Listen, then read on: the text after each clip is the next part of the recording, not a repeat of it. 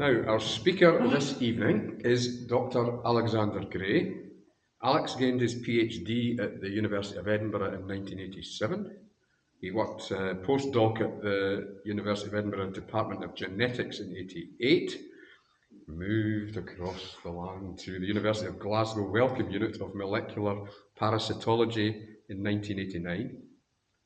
He then joined the Leverhulme Research Institute in 1992 as part of the Transgenic Animal Project, and in 1995 he joined Dundee University and later became part of the Division of Signal Transduction and Therapeutics until 2013. At the present time, Alex is Principal Investigator in the Leverhulme Research Centre for Forensic Science in Dundee. Now, I'm a great fan of the Body of Evidence series that's currently on TV, and in your event description, it sort of served as ideal bait to get me to volunteer to host this at this particular event. Tinier and tinier quantities of DNA can now be detected, giving forensic scientists a problem. A crime scene may have traces of people who have never been there. To what extent can DNA be transferred from place to place? And how can different traces be sifted out? Alex, please enlighten us. I hope I can. Okay. Thank you. First off, I'd just like to thank the organisers for inviting me to talk about this, and also for you guys coming out on such a breezy night. So I work in this building, the Leverhulme Centre in Dundee. We no longer have the satellite dish on top, but the rest of the building's still there. So who are we? We're the Leverhulme Research Centre for Forensic Science, and we got a 10-year grant to basically shake up forensic science, to be constructively disruptive, to try and get things to change a bit. And we've been looking at different ways of engaging with the practitioners through these strategic conversations that we have. We get groups of people to come in, judges, lawyers, forensic practitioners, sometimes the police as well, and just get people's views on how things are going and how things could change and what we could do to help that change. So how we work is it's based on these 5 pillars. So we have detection, recognition, comparison, interpretation, and I can't read that one at the end. Communication, yeah, that's a good bit. So each of these we take in turn. So we're detecting physical, chemical, and biological materials which may be relevant. So in my case, I'm interested in the DNA. And we also do material characterization as well, and how these things interact. We also have to try and use the new AI and algorithms to try and use the data that's already been accumulated, and also new data to try and work out how things interact and what they're doing. We also like to develop the opinions of the people who are involved and look at the different scenarios and see how we can actually help with those.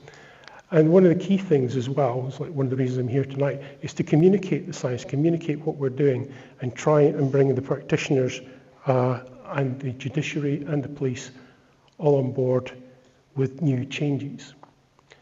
So basically that's who we are and what we do.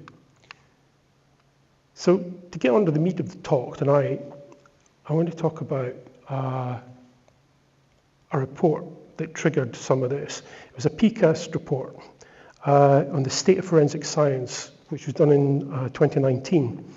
And that's the President's Council of Advisors on Science and Technology.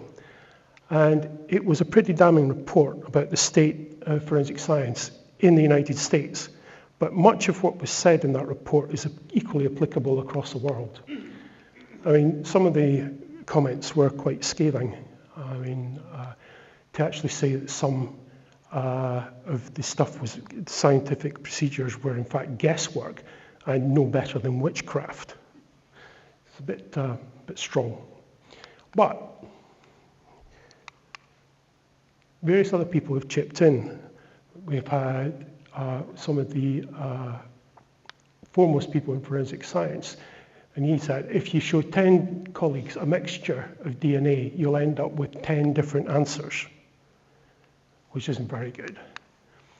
And also, there's been cases in the States where different forensic algorithms have been used to try and work out how much DNA is there, and the judges have thrown it out because the science behind it hasn't been validated. I keep pressing the wrong button. Okay. And there was a case in New York where one of the computer programs that sorts out DNA mixtures, which I'll come on to and explain in a bit, true allele and a competitor STR mix were used to analyze the same DNA sample, but they gave 2 different answers. So how can you rely on that? And basically, in that case, the judge just threw it out. So in another study, they gave blind samples to several laboratories and practitioners, and this was after the event.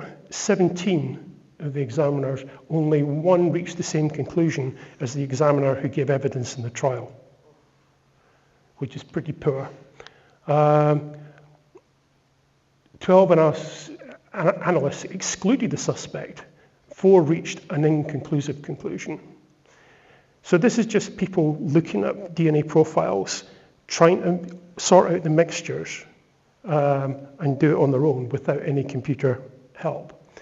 But the PCAST report did say that these computer algorithms, so true allele, represent a major improvement on just people doing subjective analyses of the profiles. But basically, it also said that whether the methods are scientifically valid, including the limitations on reliability, needs to be worked out. And then also you have to show whether the software correctly implements the methods. So that's the background to what's going on with DNA at the moment. So I'm going to just go through a few terms and definitions, so hopefully you can all follow what I'm going to talk about next. Okay, a locus is a term that just defines a region of DNA, a gene, or just a defined area. So this would be the example of a locus. So you've got these repeat units and then some flanking sequence. I'll come on to that in a minute. Alleles is another term that I'll be using. So alleles can be different stretches of the same DNA, just slightly modified. Okay, so this figure here just shows 2 alleles. Right? This one has 1, 2, 3, 4, 5, 6 repeats. This one has 1, 2, 3, 4, 5, 6, 7, 8 repeats. But if you'll note, the bit of DNA at the ends is the same. So they're actually alleles of each other. You know, you inherit one allele from each of your parents. Okay? So you could inherit that from your mother and that from your father. And that would be what we call a heterozygote. So that's 2 different alleles. Or your parents could carry the same version and then they'd be the same. That would be a homozygote. This will hopefully become a bit clearer later. Okay, so all of these examples that I've shown on the screen here are short tandem repeats, STRs. So they're repetitive bits of DNA that are scattered throughout the human genome. This is what forensic scientists use to differentiate between people. You analyze these. Okay. So how do we do that? Well, first of all, you have to amplify the DNA so you can actually get usable amounts. And for that, we use the polymerase chain reaction. So how many people in here tonight have heard of the polymerase chain reaction? Okay. I know you have. Right, okay. So, and how many people know how it actually works? Right, okay. It's kind of key to understand some of the problems. You need to understand how the polymerase chain reaction works. Okay. So if we take our STR, we're going to amplify it. So the first thing you do is you melt the DNA. So you heat it up to about 95 degrees, and it separates the two strands of the DNA. Then you put on these primers. Okay? So if you look at the sequence, you'll see that in this, a C is always paired with a G, and A always with a T. Yep. So G's and C's and A's and T's. And that makes them bind together. And once you've done that, you add an enzyme called DNA polymerase, which replicates the two strands. Right? So now you've just doubled the amount of DNA that you've got. Okay? So if we do that, melt, primer binding, then DNA synthesis, and repeat that for about 30 to 40 cycles. So you're doubling it every time you go around a cycle. So if you do that, we end up with something like this. You've got your bit of DNA that you're interested in, and you start your amplification. So as it amplifies, so each cycle, you get the copies 4, 8, 16, 32, 64, 265. And then after 30 cycles, you've got over 1 billion copies. So that's basically how PCR works.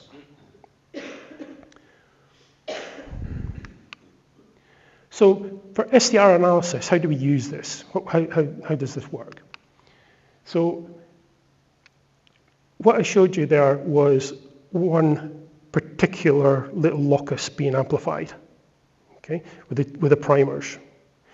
Now, there are lots of different STRs. There's about, depending on the kit that people use, between 17 and 24 different loci, different genes, different variants. And what they do is the primers that I showed you, the little purpley bits of DNA that's stuck on, they tag them with fluorescent dyes. So each one has a different color. That's not quite true, because there's not 17 different colors of dyes or 24 different colors.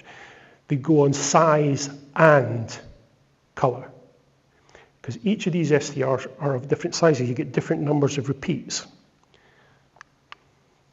So what you do is you do your PCR with about 17 or 24 primer pairs with fluorescent dye attached to it, which makes the millions of copies of the DNA.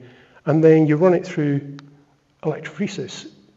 And that is basically just a capillary here with 2 electrode reservoirs and a high voltage. And DNA is negatively charged, so it moves towards the positive side. And all you do is you put a fluorescence detector there and then a data analyzer, and you can create a little graph, peaks. So they come through, they're sieved by size. So the smallest ones move fastest, the biggest ones move slowest. So what do we get out of that? This is an example of an actual spectrum that you would get from that machine. So you can see it's quite complicated. Lots of peaks where those different bits of DNA have passed the detector. They've registered and generated these peaks. So if you were looking at that, it'd be a bit difficult to do anything. So fortunately, there's software that sorts that out, and it separates them by their different loci and by size. So you get these neat little patterns, these little groups. However, this bit at the bottom here, it says that you can have, that there's asterisks marking things that have failed to meet the analytical threshold. So there are little peaks there, but they're not quite registering as valid. And there's also a stutter threshold and a stochastic threshold. So these artifacts, stutter, dropout, drop in, and stochastic failure. I'll tell you a little bit about them. Stutter. Remember the picture I showed you of the gene with the repeats? They go ATCG, ATCG, ATCG. Okay. Well, the polymerase enzyme doesn't like seeing the thing over and over and again. It's like a tongue twister for it, and it sometimes slips up and says the wrong thing. And that's called a stutter. So the polymerase doesn't quite make it. So you can get a shorter version, or even sometimes you get a longer version, but that's not really stutter. Dropout is if the DNA is not there in a big enough quantity, you may not even detect it. So one of these little peaks may disappear. That's called a dropout. Drop in is the weird one. Is a peak appears for no apparent reason. And you'll see later on why that might be. Stochastic failure. It's a big word, and I never spell it right. But I'm going to try and explain what that means. If you have, say, two lots of DNA A and B, and you amplify it 1, 2, 3, 4, 5, 6, 7, 8 cycles, then, like I showed you earlier, you get 1, 2, 4, 8, 16, 32, and so on, amplification, yeah? And DNA B is the same. The ratio of B to A is 1 to 1. Stochastic failure is when you miss a cycle. The DNA might not be there enough for the primers to actually find the DNA on the first cycle. So you miss that cycle. So then you've got DNA A, if it's having a failure, you get 1, 1, then it goes 2, 4, 8. So basically you've got a ratio of 2 this time, and it gets worse. If you miss 2 cycles, then you get a ratio of 4 to 1. So why is that important? Oh, I've done another one. Okay, so it can get even as bad as 8 to 1 if you miss 3 cycles. Okay, why is that important? Well, when you're looking at DNA profiles and you're trying to separate them out, you can have, let's say, 3 people, like in this case. And those little peaks that I showed you, the fluorescence peaks, the more DNA you have, the bigger that peak. So you can actually say, well, all the genes that have got that big high peak come from one person, and all the lower ones come from another person, and then the lower ones still from another person, if it was an ideal world. But you can have this stochastic failure. So So in this case, initially, if everything works and you have no stochastic failure, then you have a ratio of 2 to 1.1 to 1. So you would say that DNA A, so from person A, had the most DNA, so were they the person who made the biggest contribution at the crime scene? Or is that the householder? Or, it could be anything like that. But if you have these failures, then you can change that ratio. So instead of being 2 to 1, it's 2 to 1.8. So instead of DNA C in the first case being the lowest, it's now the second highest. So if you have this type of failure with low amounts of DNA, then you can completely skew what you think is the major contributor to any DNA profile. So what does a simple profile look like if you're doing analysis? Okay. Let's say this is what you get from the evidence. You've got 4 loci. Okay. So remember I said to you, you can have 2 copies of the same gene. Yeah. So in this case here, we have 2 alleles at locus 3. That's a heterozygous. And alleles, if they're two the same, it's homozygote. And look, the peak has gone up in height because you've got the same DNA, the same size, giving you a bigger peak. So if you look at the reference, so this could be a suspect or the database, then you can see you've got a complete match. So what's the problem? Complex mixtures. When there are more than two people contributing to the same DNA sample. Okay? And this type of sample is becoming more common due to the increased sensitivity of the PCR detection methods. You can detect a single cell if you're lucky and you get the conditions just right. You can get a profile from a single cell. So it is becoming more and more of a problem of picking up mixed samples. So I mean, just to illustrate this, each of the colours on here, the different colours with the little scabby dots in the kitchen, represents a different person's DNA. Okay? So this is what you used to have with low sensitivity. You could pick up all of these. This is what you have now. You know, you're picking up stuff that you didn't see before on the cupboard. And the fact where you had one contributor here, you got half a dozen. You know? So it is becoming much more of a problem.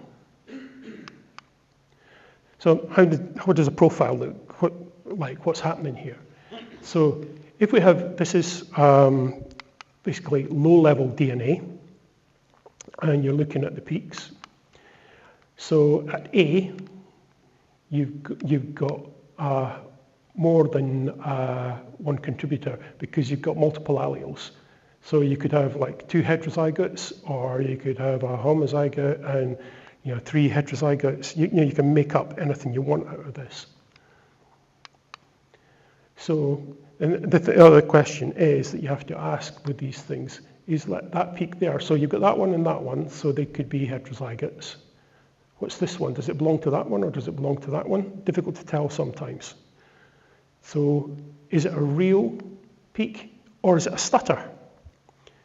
Could it be a stutter from this peak? Because if the stutter happens early on, it's a mistake. It will still be amplified. So again, if the stutter occurs very early on, it can actually generate a major peak. Okay. And this second peak at B here. So there's no second peak. So you've got a peak here, a peak here. You've got not one there. So is it not present in the sample? Like that person wasn't really there? Or did it fail to amplify, like a dropout? So there's all these complicating factors when you have multiple donors to the DNA. So to look at it another way, you can think of mixtures being an allele soup. Okay? So we've got this poor person, John Q, the suspect, is suspected of the crime. So are his alleles in the crime scene samples? Yeah, but it's a complex mixture and there are other alleles present.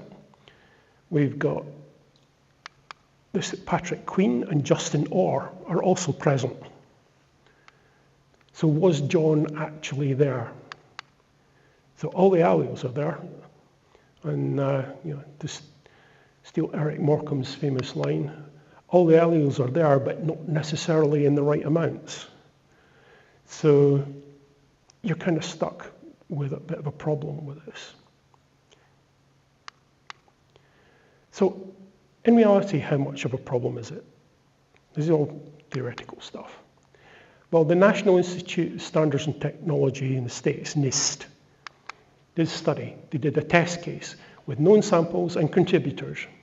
And they put them into like a ski mask and they gave it to labs and asked them to sort out who was there and who wasn't, who was a contributor and who wasn't.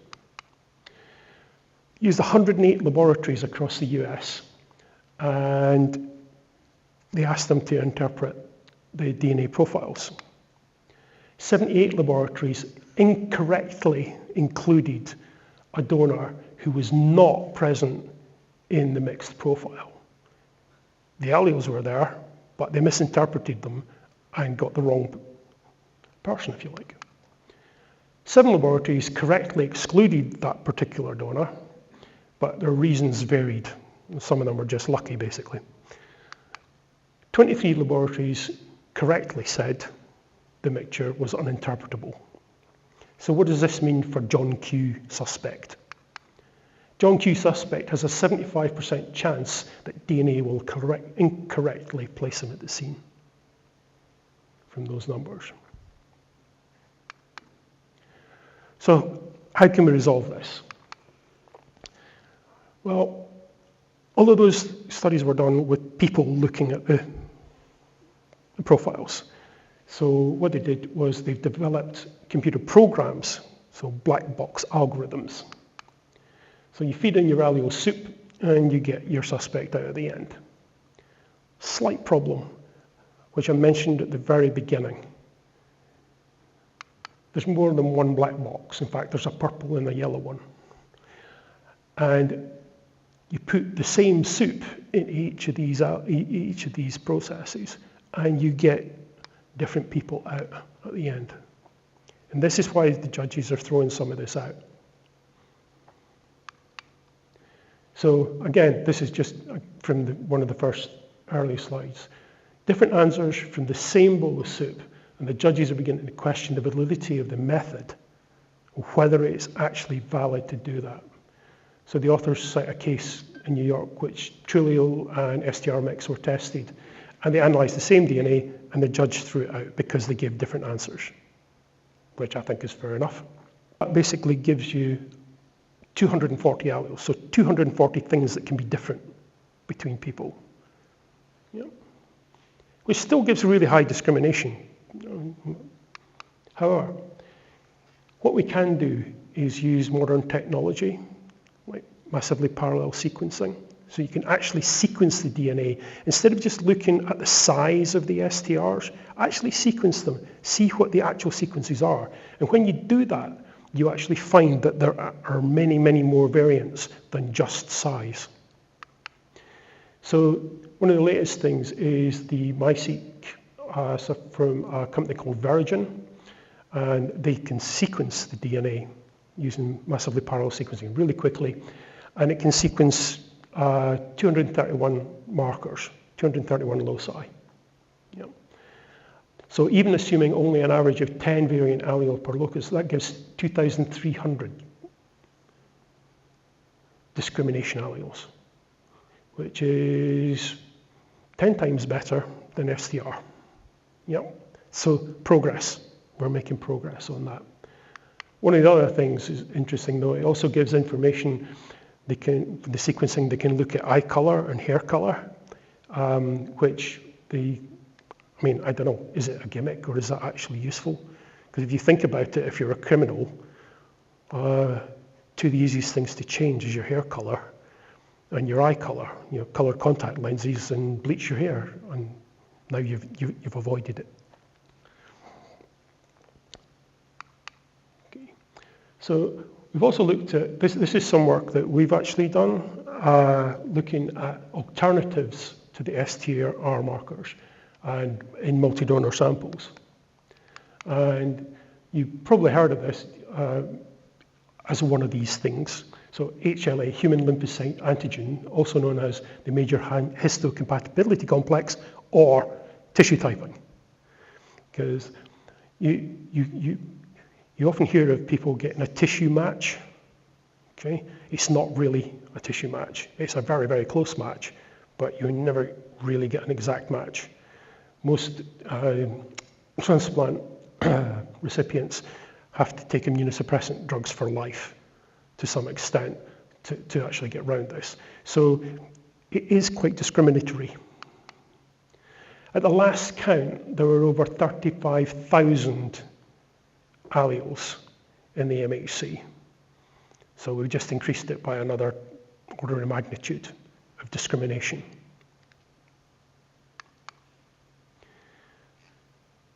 Okay, so I'm going to change track slightly now. I've outlined some of the problems with the DNA and maybe a few solutions that are in the pipeline. But basically, is DNA evidence that reliable? And the question is, does your DNA travel without you? So we're going to look at a case, an actual case in the USA. This guy, Ravish Kumar, millionaire, property developer, he was found murdered in his home in 2012. Forensic experts found DNA on his fingernails, so we're talking small amounts here, that linked back to a 26-year-old, this Lucas Anderson. He had a record for burglary. He was arrested and spent 5 months in jail awaiting trial. Open and shut case. Maybe not. Because there's a problem. At the time, Anderson was 30 miles away in hospital. Yeah. He was being treated for severe intoxication. Right. So he was, because of his intoxication, he was on a 15-minute watch by nurses and doctors. So there was no gap where he could have snuck out and travelled the 30 miles and killed this poor guy, even if he was capable of moving. Okay. It was later they found out that the paramedics who'd been called to the crime scene had also picked up Anderson off the street and taken him to hospital. There you go. That finger monitor. The paramedics hadn't cleaned it and put it on the finger of the dead man. Well, why?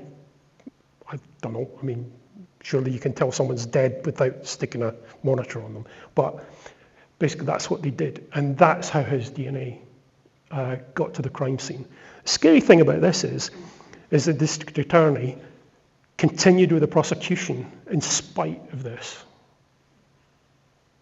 He took the jury to throw it out. I mean, why would you waste your money doing that? Incredible. But they were so convinced by the DNA evidence that they threw logic out the window and said, he must have done it. But how? You know, explain how he did it. So how much DNA are we talking about when we're talking about this? I'm going to give you some numbers now and try and scale things. The human genome contains about 0.06 nanograms or 6 picograms of DNA.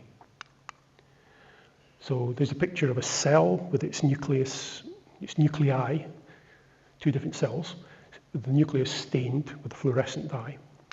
Okay.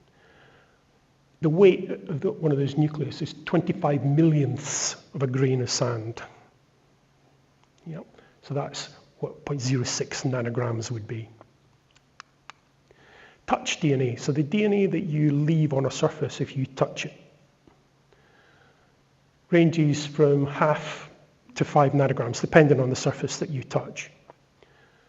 So that is 8 to 800 copies of your genome, of your DNA profile that you can leave around.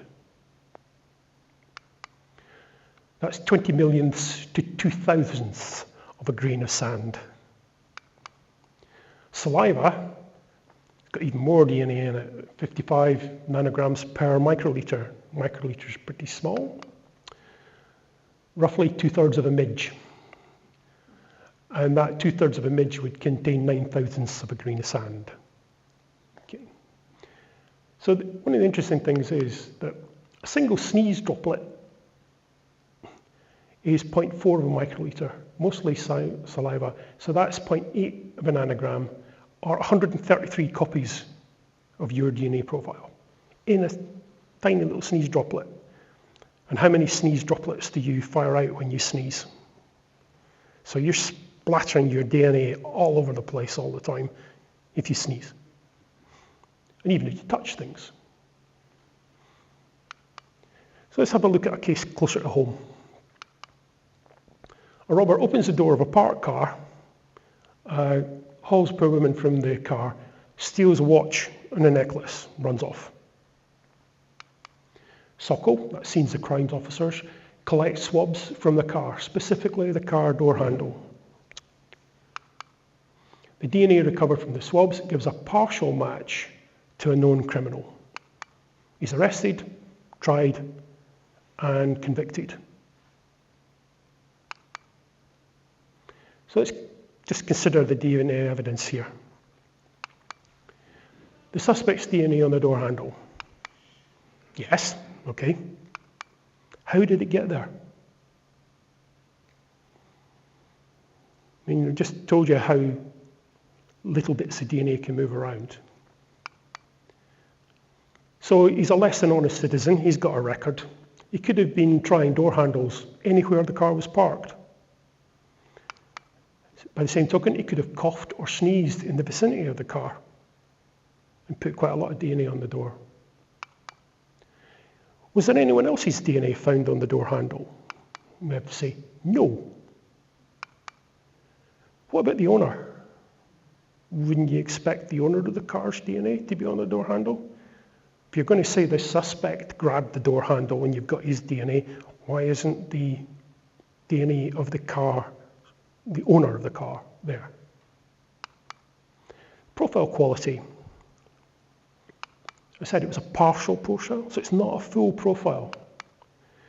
So that suggests it's a low DNA amount, or the DNA has been broken up, it's been digested, degraded. And that begs the question, if that's the case, how long has it been there? Because we do know that DNA degrades on surfaces, and it depends on the surface. DNA persistence is a whole other project. We've done a big study on that, but I'm not going to talk about it just now. So, is there a reasonable doubt? Who thinks he's guilty? You do, really. Who thinks he's innocent? Or at least there's a reasonable doubt. Okay, a few people. Right, so maybe convince some of you. Unfortunately, the stolen watch was found in his sock drawer. So, yes, he did do it. But it doesn't take away from the fact that the DNA evidence wasn't conclusive. So the point is that you need to consider all the evidence, not just the DNA in isolation. So basically, DNA may not be the best evidence in all cases. Complex mixtures can present problems. Like I said, you get very complex mixtures. The computer algorithms can't sort them all out. Sequencing technology may not be the full answer, but it can certainly help by finding more and more discriminatory details between people. And how the DNA got to where it is found should always be a consideration. Yep. So, I mean, this little figure here, so you've got indirect trace DNA, sneezing, coughing, speaking, touching, all makes trace DNA. And you can transfer it from a person to another person. You shake hands. You've transferred DNA. And that second person could then person B can go to the crime scene, pick up an object. Your DNA is now at the crime scene. Yeah. So you should always consider that. So, a final thought. Where have you been? Okay. Right, so thank you. So any questions?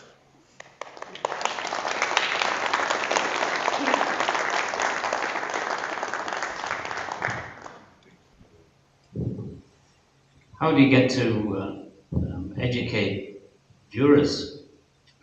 Because surely we've all, in many years, it's a slam dunk. The DNA is there, that's it.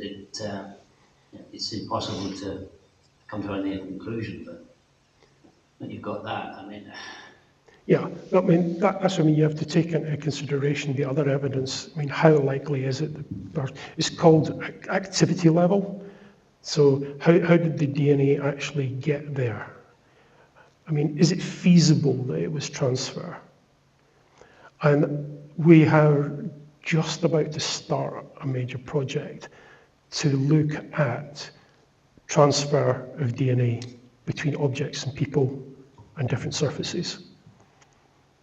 And we're doing that, we're using trout DNA and putting it on people's hands and then seeing where it goes and how far it goes.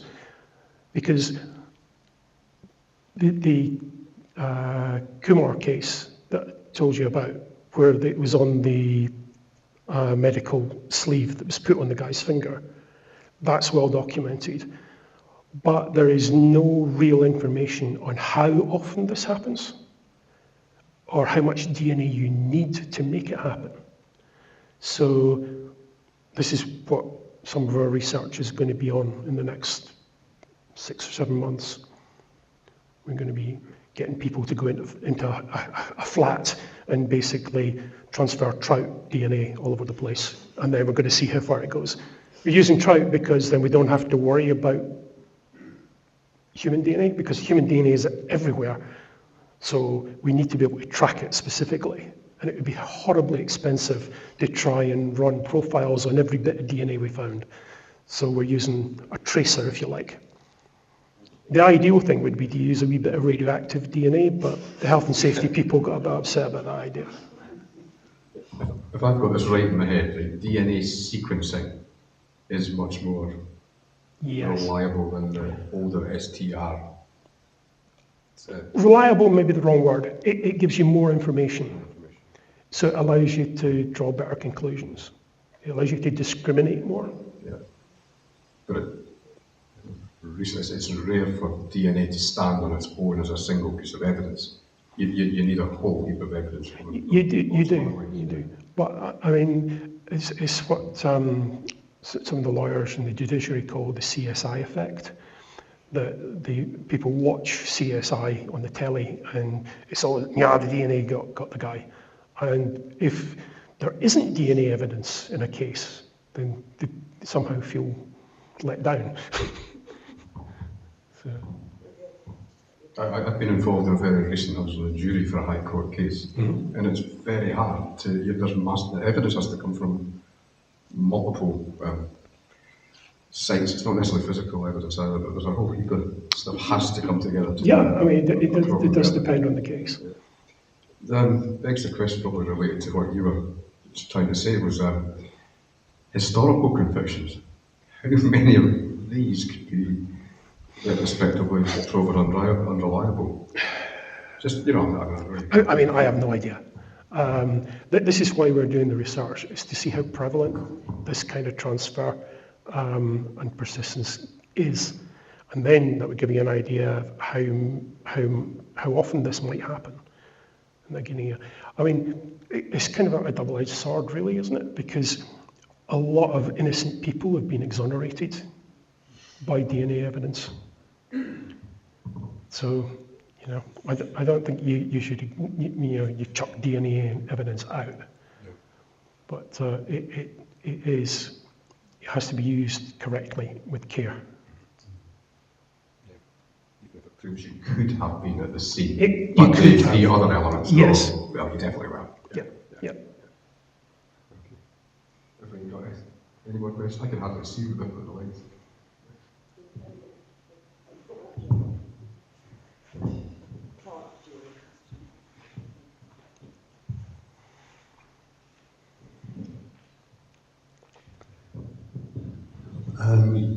Unfortunately, I just get the feeling that Captain Birdseye is going to turn out to be a mass murderer. But on the more serious side, the acceptance many years ago, eyewitnesses, infallible. I saw you do it. Yeah. But how many times have you been somewhere and you've seen someone you recognise, or it turns out not to be there? Fingerprints that were mismatched, that sort of thing. It's got to be used with great care. Yeah. I think. It's very interesting. Yeah. I recall a company in Manchester who were found to have done a number of tests on drug driving cases. And whether it's by human error or on purpose, there's about 10 or 12 which were found to be incorrect. And I think that opened the floodgates. Anybody that was convicted of a drug driving offence in Manchester for over a set period, the solicitors were appealing. Yeah. Legally, not attractively. Yeah. I think that does happen. People jump on bandwagons, unfortunately. But I mean, there have been other cases of DNA evidence being misconstrued, is that a word? Because of sloppiness in laboratories. Again, there was a guy, I can't remember the details, it's slipped my mind. I think it was, he was accused of a rape.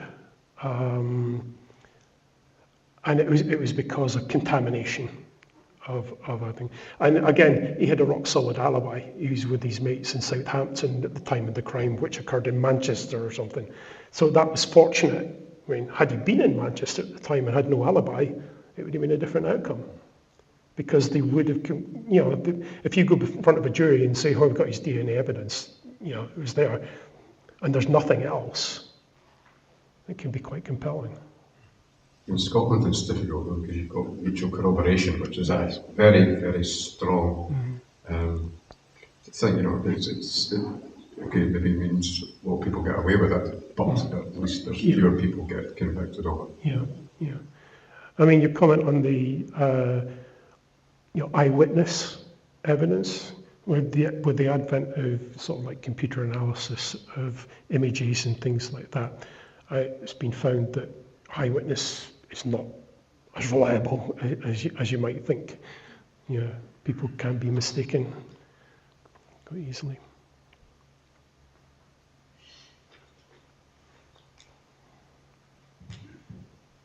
Do you do any training with police officers and the judiciary? Not training, no. Information. But yeah, we do produce things such as this understanding, forensic gait analysis. For instance, one of them produces little cartoons, comics, to sort these sorts of things. There's one for DNA as well. There's one on statistics and things like that.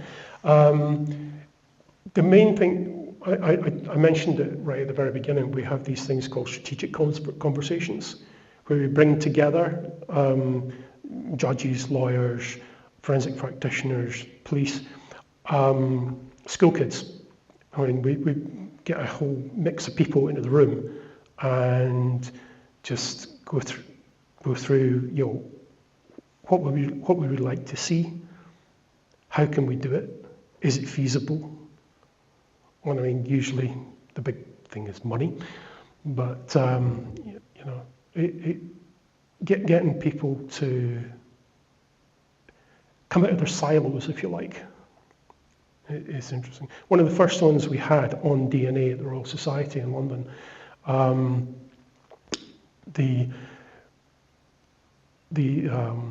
some of the forensic examiners who were there, we were suggesting, oh, well, we could do this, that, and the other. And they said, oh, no, the judges would never accept that.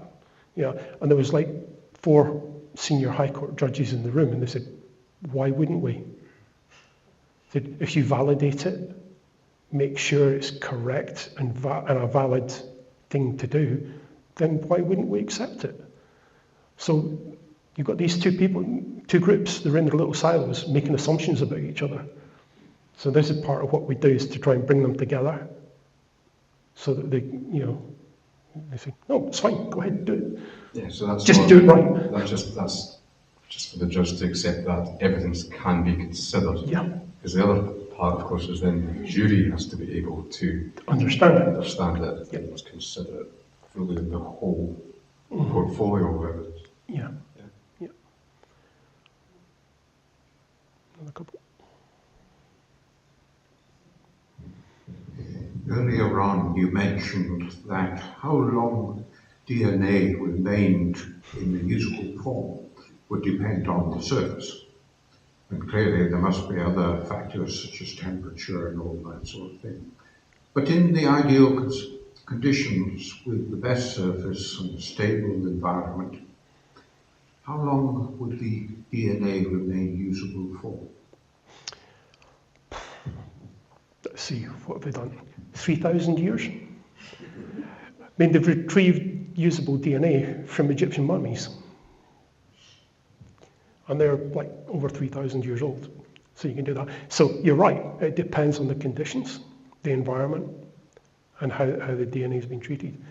I mean, we've just finished, like I said in there, it's a whole other project, but we've just finished a 1 year long study where we put DNA on different surfaces under different environmental conditions and collected samples hourly, daily, monthly, up to a year. And the results have been quite interesting. For instance, if you put DNA onto copper, it disappears. Just goes. You can't get it back within 2 or 3 hours. There's nothing to detect.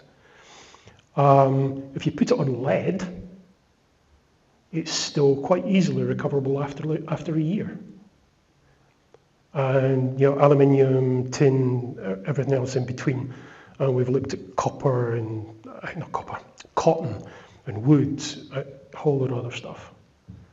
It's a huge amount of data. I think it was about 35,000 samples or something like that in total that we've got the data for. It's been published. If anyone's really interested in reading a very long paper, then it must keep for a fair while because there are cold cases that get resurrected after tens of years. A lot of those, you remember, will be quite high amounts of DNA, like blood, which has got a lot of DNA, and then they dry it. And once you dry something, the Egyptian mummy, it is basically a very good dried DNA swab. It will last for a long time.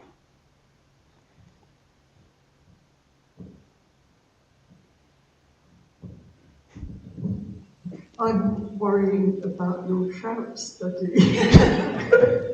Do different trout fish have a different DNA profile? I'm worried about cross-contamination from somebody who's maybe just eaten trout. No. And whether you should be using giraffe DNA or something that doesn't occur often in our environment.